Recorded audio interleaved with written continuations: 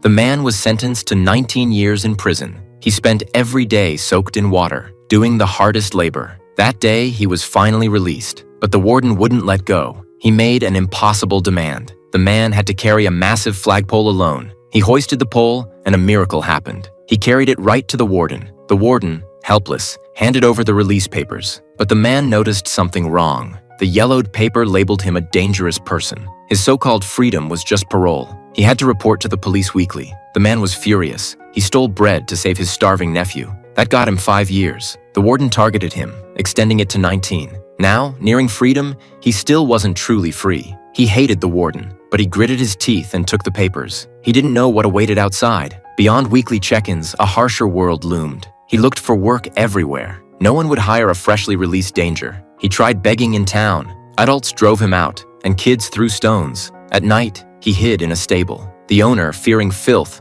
forced him to leave. Cold and hungry, he settled by a tombstone. Suddenly, a priest appeared. This wasn't a graveyard, but a church backyard. The priest warmly invited him inside. He prepared a hearty meal and a warm bed. But the man, hopeless, had given up on the world. He stole the church's valuables. He fled into the night. Before he could sell the loot, police caught him. They showed the stolen goods to the priest. They asked him to confirm the crime. The priest said they were gifts. He picked up costly candlesticks from the table. He said the man forgot the most valuable items. The police could only untie him. The priest quietly urged the man to use the silverware well, to live honestly and upright. The man's heart was stirred. 20 years of injustice had crushed his hope, but the priest pulled his soul back from the edge. He decided to reform. He tore up the release papers. He started a new life with a new identity. 8 years later, he'd changed drastically. As Madeleine, he used the silver to start a factory. He gained respect locally and became mayor. But the world stayed cruel.